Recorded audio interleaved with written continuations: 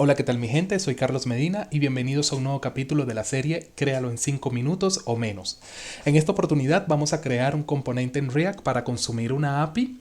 La API que vamos a consumir es esta API de Harry Potter creada para los fans de Harry Potter. Pueden acceder a ella a través de potterapi.com. Aquí tenemos la documentación para consumir la API, la URL base. Podemos obtener los caracteres o un carácter en específico. Podemos obtener las casas, podemos obtener una casa en específica, podemos obtener los hechizos. Lo único que vamos a necesitar es registrarnos acá con un correo electrónico o una contraseña. Ya yo me he registrado y nos registramos para obtener esta key que ofrece la API con la cual vamos a poder consumirla. Es importante, si no tienes esta key no te va a dejar consumirla. Entonces, empecemos. Aquí voy a importar React. Vamos a crear el Stateless Component App, el principal. Aquí voy a colocar un mensaje Hello Neo, solamente para que se vaya renderizando a la derecha.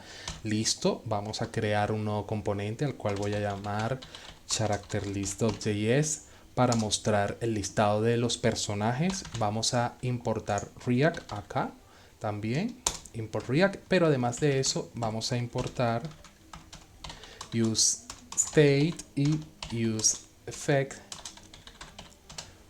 de React Hooks. Vamos a crear acá el Stateless Component también. Y de este lado vamos a colocar constData, una propiedad data, donde vamos a almacenar nuestros datos. Esa propiedad va a tener un valor inicial de un objeto vacío. Vamos a colocar una propiedad key, que va a ser la key que ya tenemos. Cuando se registren van a tener esta key lista para ustedes. Y por otro lado vamos a colocar también la URL que vamos a consumir acá. Acá está la URL base, pam, pam, pam, la colocamos. Y luego, como queremos los personajes, vamos a colocar acá characters. Colocamos characters. Luego en la función useEffect vamos a colocar dentro de ella otra función, fetchData.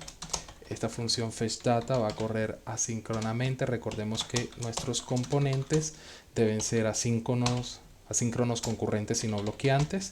Yo voy a utilizar la librería fetch. Se pueden utilizar Axios si les gusta.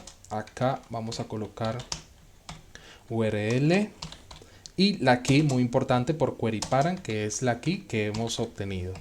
Una vez hecho esto, voy a colocar el den acá, el response. Este es el response del objeto HTTP. Del response vamos a sacar el cuerpo, la respuesta. Una vez resuelta esa promesa, vamos a tener acá el JSON y ese JSON lo vamos a setear en la propiedad data. Y acá, por último, vamos a hacer un catch en donde vamos a colocar error. Y bueno, en este caso solamente voy a colocar un console.log error.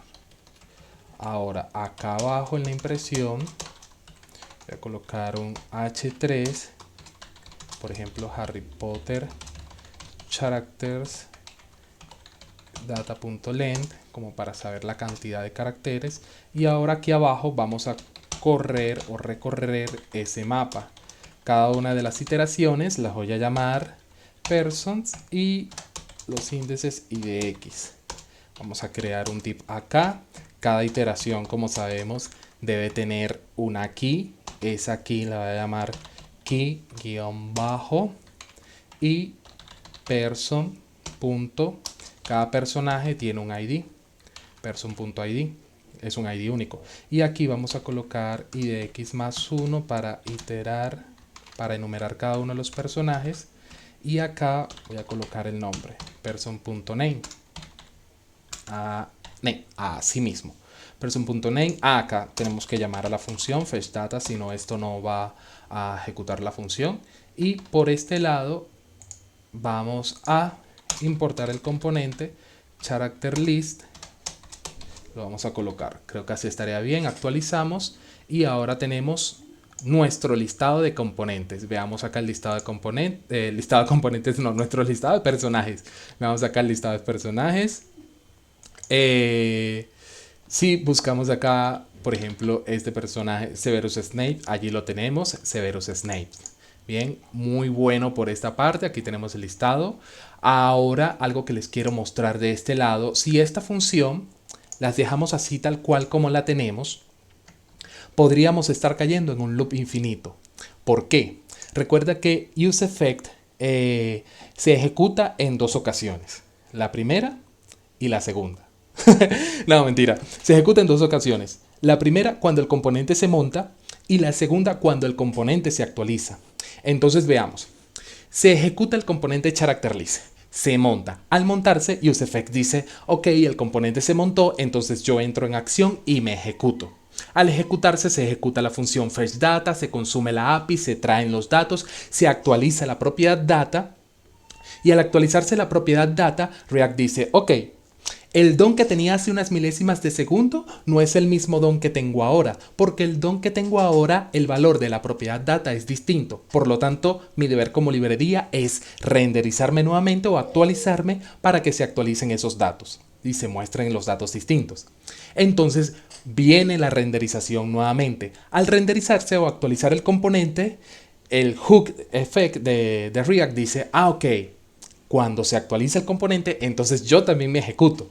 ¿Qué va a suceder? Que se va a volver a ejecutar, va a volver a consumir la API, se va a volver a actualizar los datos en la propiedad data, y al actualizarse los datos en la propiedad data, React dice, papito, cada vez que actualices los datos en la propiedad data, yo me voy a renderizar. Y React Hook le va a decir, y si tú te renderizas, entonces si te actualizas, entonces yo voy a volver a ejecutarme. Entonces, ¿cómo detenemos ese loop infinito? Y se los quiero mostrar acá. Vean qué es lo que está sucediendo. Por ejemplo, acá en el return vamos a colocar un console.log render, por ejemplo. Le voy a colocar acá la inspección para ver la consola. Y al guardar acá, miren esto. Render. O sea, un render allí infinito. Vean, render. ¿Qué está sucediendo? Que se está actualizando muchas veces. Para eso, lo que nosotros vamos a colocar es este objeto vacío acá. ¿Por qué le estamos diciendo entonces al este useEffect? No vas a obtener un objeto con variables observables las cuales te puedas basar para actualizarte y volver a renderizar el componente, no, sino que esas variables, como no vas a tener ninguna, no vas a tener nada que observar y por lo tanto no te vas a renderizar, es decir, solamente vas a ser útil cuando el componente se monta, no cuando el componente se actualiza. Entonces de esta manera vemos que tenemos el loop acá. Y ahora lo que vamos a hacer, y otra cosa que les quiero mostrar es esto. ¿Qué pasa si aquí la URL es cerrada? Por ejemplo, si le coloco 9. En este caso, si actualizamos la aplicación, va a haber un error. ¿Por qué? Porque nosotros no estamos haciendo acá manejos de excepciones. Por ejemplo, actualizo, le doy 9, por ejemplo, characters 9, no existe. Pero fíjense una cosa, no solamente este componente no se renderizó, sino que el componente principal que decía Hello Neo, fíjense que tampoco lo dice acá, no dice Hello Neo, ni siquiera el componente app que es el principal, ni tampoco este character list. Entonces, lo que deberíamos hacer en este caso es crear un componente de tipo error boundary, que son componentes para tener, digamos, una intercepción de algún error que pueda existir en un componente adicional, detectar si existe ese error y mandar una renderización adicional, como diciendo, hubo un error en el componente, por ejemplo, character list, así que muestro este mensaje provisional, pero los demás componentes van a seguir trabajando sin ningún problema. Entonces, los componentes de tipo error boundaries los vamos a ver en un próximo capítulo de Créalo en 5 minutos o menos. Recuerda, si te gustó, dale like, suscríbete, activa las notificaciones para que te llegue la notificación cuando suba el tercer capítulo del Error Boundaries Component. Y listo, nada, esto fue todo. Muchas gracias.